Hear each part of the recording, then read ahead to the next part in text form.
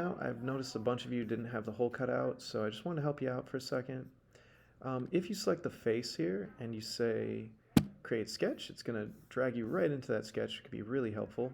And if you change your visual style to shaded with hidden edges, it'll actually show you those transducers below. There's a number of tools that we could use, and right now we're going to be in this sketch mode for a second.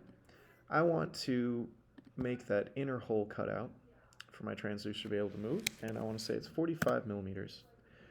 Now, I could come over here and I could make sort of an approximation of where this is, and I can get pretty close, I'm not going to lie, like that's almost good enough. But I want to be very exact, and so what I want to do is actually use the mirror command. And the object that I want to mirror is the circle, and I want to use the same exact mirror plane that we used to make the original transducer. And what that's going to allow me to do is actually come in here and have both of these exactly where I want them to be. And then I'm going to hit finish sketch, because this really is all I need from this. And now when I come over here, I'm going to extrude this all the way back, which gives me a cut, but not too fast, because I want to make sure that I'm not cutting the transducers themselves in the back here. So I want to deselect the transducers, and you can see those there, and hit OK.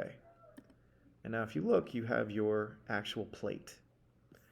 Now the next sketch that I want to make is for this outer housing. And we haven't used this tool yet, but this is the offset tool.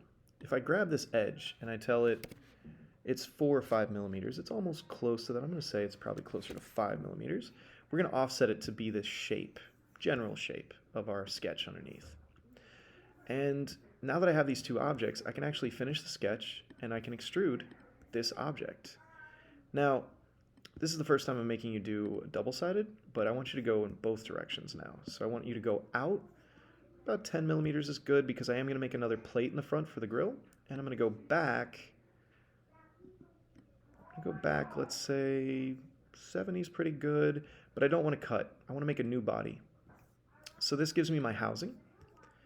And that is pretty useful, I would think, because now you actually have something that you can make, suspend your battery pack and your PCB, hint, hint. But I want you to think about whatever you've done and really make this, functional for you.